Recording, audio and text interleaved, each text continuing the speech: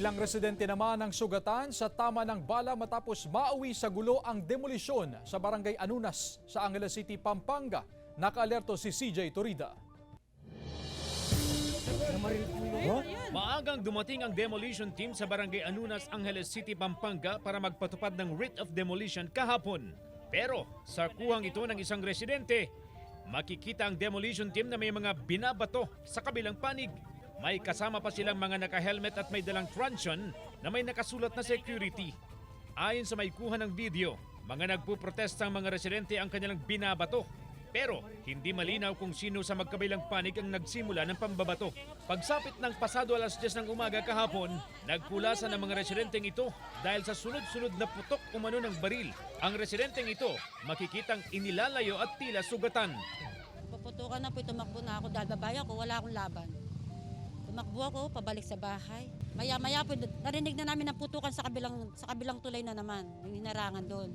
Galing din sa residente ang mga kuwang ito ng 5 nilang kabarangay habang nilalapatan ng lunas. May mga tama rin daw ng bala. Hindi na rin daw nila alam kung saan at kanino nanggaling ang bala o kung sino ang mga armadong pumapasok sa kanilang mga bahay para persahan silang itaboy. Nagkumukuha po ako ng gamit namin.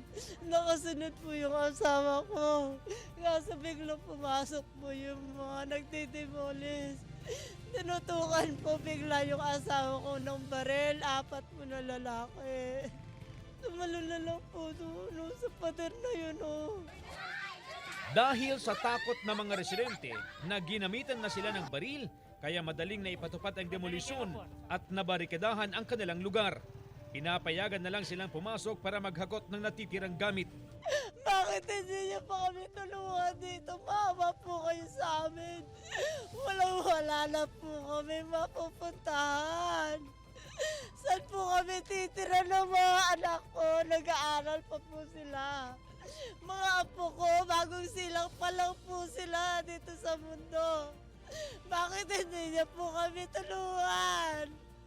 Sinusubukan pa ng GMA Regional TV na makuha ang panig ng Clark Hills Development Corporation na siyang humiling ng demolition order sa mahigit 70 ektaryang lupain. Pinapalis ang mga residente matapos makansela ang kanilang Certificate of Land Ownership Award noong panahon ng pandemya.